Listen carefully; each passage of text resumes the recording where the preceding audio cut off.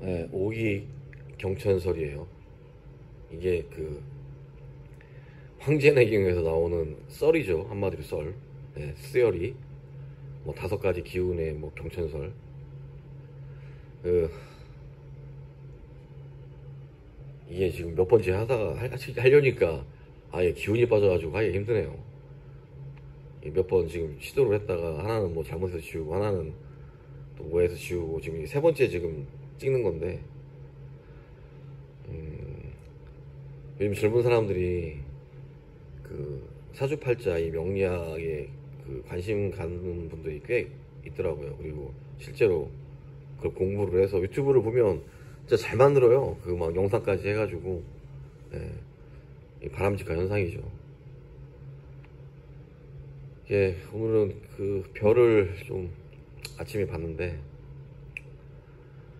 이게 확실히 가을이라 그런지 별이 밝게 빛나더라고요. 그 오리온 별자리도 보이고 거기 이게 천문에 보면 그 28수가 있거든요. 뭐 동방칠수, 서방칠수, 남방칠수, 북방칠수, 뭐 각항저방, 신미기 뭐 있어요. 7개씩. 네, 남기 있고 도류. 예전에 외웠는데 좀 지금 잠깐 생각이 안 나네요. 각항반정, 신미기 얘는 기억이 나. 그 다음에 뭐 한번 보면 생각이 나겠죠. 어쨌든 그 남주작 북현모 뭐 있잖아요. 예, 자총이 500호 그게 다 천문에서 나온 거예요. 예. 근데 그 사주 쪽을 이렇게 공부를 하시다 보면 그 천간합이라는 게 있어요. 갑기토, 을경금, 병신수, 정인목, 무게화. 그냥 외우면 돼요. 사실 외우면 되는데 단순하게 외우면 재미가 없잖아요. 예. 그리고 이게 왜 이렇게 나왔을까 하는 좀 의문점을 가지면서 또 해야 기억에 남죠. 시험 볼 때도 그냥 단순히 외워서 점수만 맞기 위해서 시험을 보면 시험 보고 나면 다 까먹잖아요. 근데 점수가 아니 진짜 공부를 위해서 자기가 알고 싶어서 공부를 하게 되면 시험을 보고나도 이 머릿속에 이렇게 남게 되죠. 그 천문유초라고 이순지라는 그 사람이 세종의 명을 받아서 책을 만들어요. 근데 아마 그 아무것도 없는 데서 이 사람이 만든 게 아니라 고려 말에 그 류방택이라는 그 양반이 아마 그게 뭐 그 당시 뭐 몽고하고 쪽 페르시아에 전에 막 그 별자리를 그게 그 천보가라는 뭐 그것도 중국에 그런 게 있어요. 별자리를 뭐 이렇게 읽는 밟고 간다 뭐 그런 얘기겠죠. 아무튼 그 류방택이 거의 다 만들어 놨고 사실 만든 거죠. 근데 이성계가 역성을 일으켜서 이제 찬탈을 했죠, 나라를. 그래서 그 고려 말에 그 류방택은 자신은 이제 그 자기가 배운 지식을 다 넘겨주면서 자기 이름을 빼라. 나는 너희들한테 협력하고 싶지 않다. 전리가 있어 좀 훌륭하신 분이죠. 예. 그래서 그거를 토대로 아마 이순지가 다시 그걸 수정을 아마 했을 거예요. 원래 그 기반은 고려 말에 있던 그 류방택이 했을 거예요.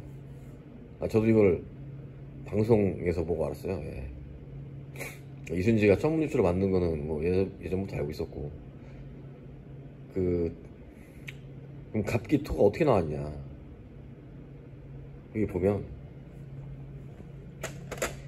이 갑하고 이 손, 이 방향으로 토성이 이렇게 왔다리 갔다리 한다는 거예요. 예. 그리고 을경은 금성은 을 방향에서 요 경방향으로 이렇게 왔다 갔다 얘가 이렇게 왔다 갔다 한다는 거예요. 이렇게. 그래서 얘네들이 합을 하면 그 기운이 금이 된다. 말 그대로 병신수도 병 어딨어? 여기 있죠. 병 방향에서 신방향으로 화성이 이렇게 왔다리 갔다리 한다. 네.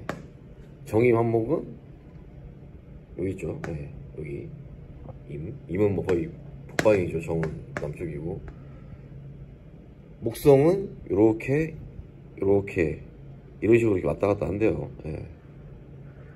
관측자 입장에서는 그렇겠죠. 그리고 무게합파는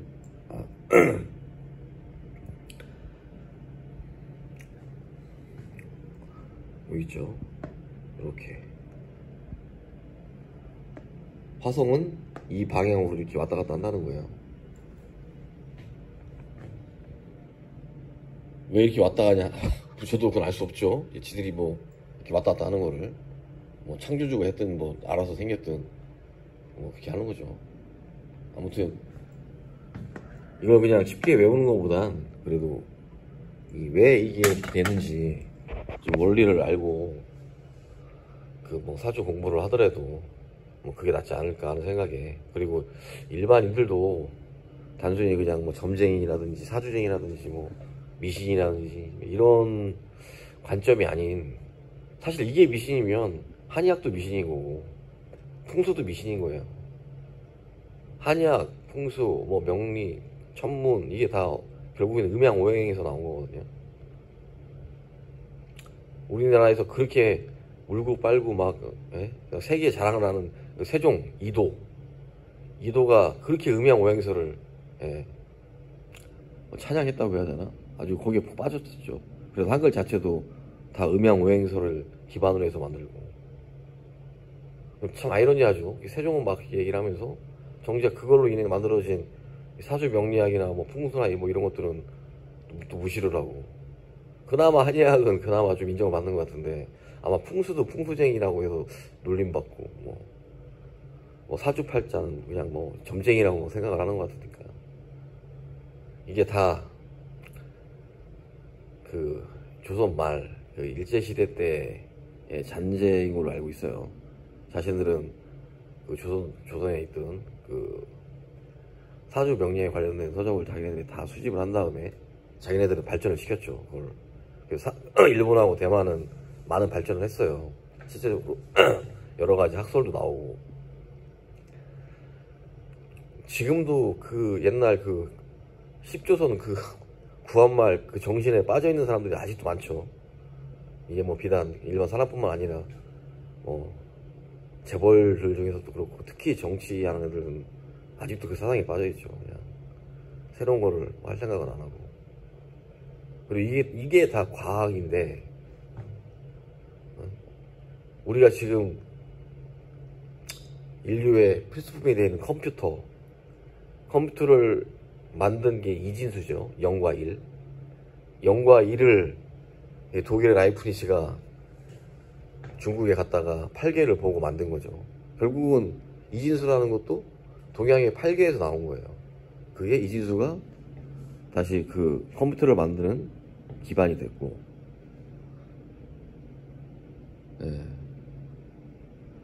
참 깜깜하죠. 대체로 이게 뭔가 좀 이렇게 학문으로서 제대로 인정받는 것 같지도 않고, 그나마 한의학은 대학도 만들어서 우수한 인재들이 가고 그러는데, 근데 이게 좀 사실 그렇게 보면 똑같은 진단을 하더라도 처방이 다 의사마다 다르듯이, 똑같은 사주도 만약에 뭐 컨설팅을 한다 하면 다 똑같진 않겠죠. 뭐 기본 틀이야 같겠지만 그걸 해석하는 방향이라든지 상대방한테 조언하는 방법은 뭐 천차만별이겠죠.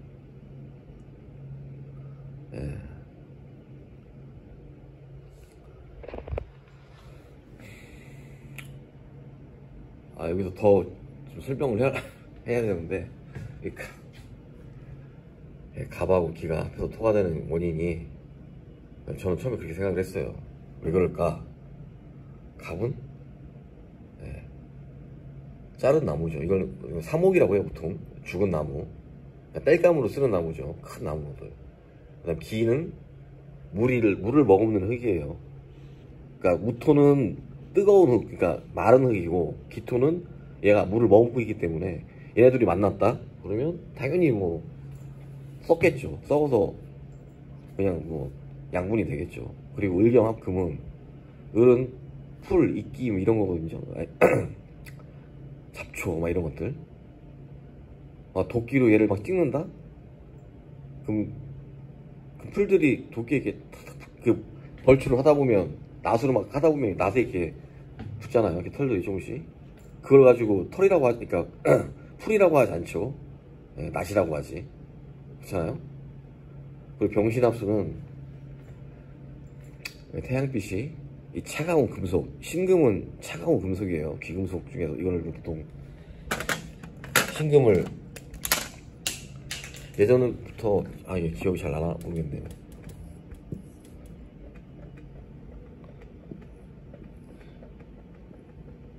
기억이 잘 안 나네요. 이게 딱 보면 무슨 단검? 그 갑골문이 그렇게 생겼어요. 칼처럼 예리한 그런 거죠. 그리고 또 금속은 기본적으로 차가울수록 강해지거든요. 그때 태양빛을 받는다? 그러면 주변의 공기도로 인해서 이게 물로 바뀌겠죠. 예.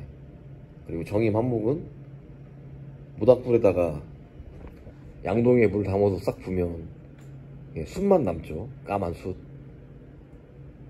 그게 나무죠. 이게 숯이 나무가 아니라 뭐 탄소일 수도 있지만 나무고. 그 다음에 무게압화는 모토는 마른 대지예요. 여기 뜨거운 태양 아래.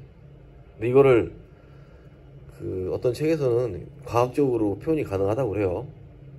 불에다가 물을 부으면 이게 진짜 엄청난 물이 아니라 약간의 물을 부으면 그 물 속에 있는 H2O잖아요. 거기 산소가 오히려 불을 더 키우는 역할을 한다라고 해요.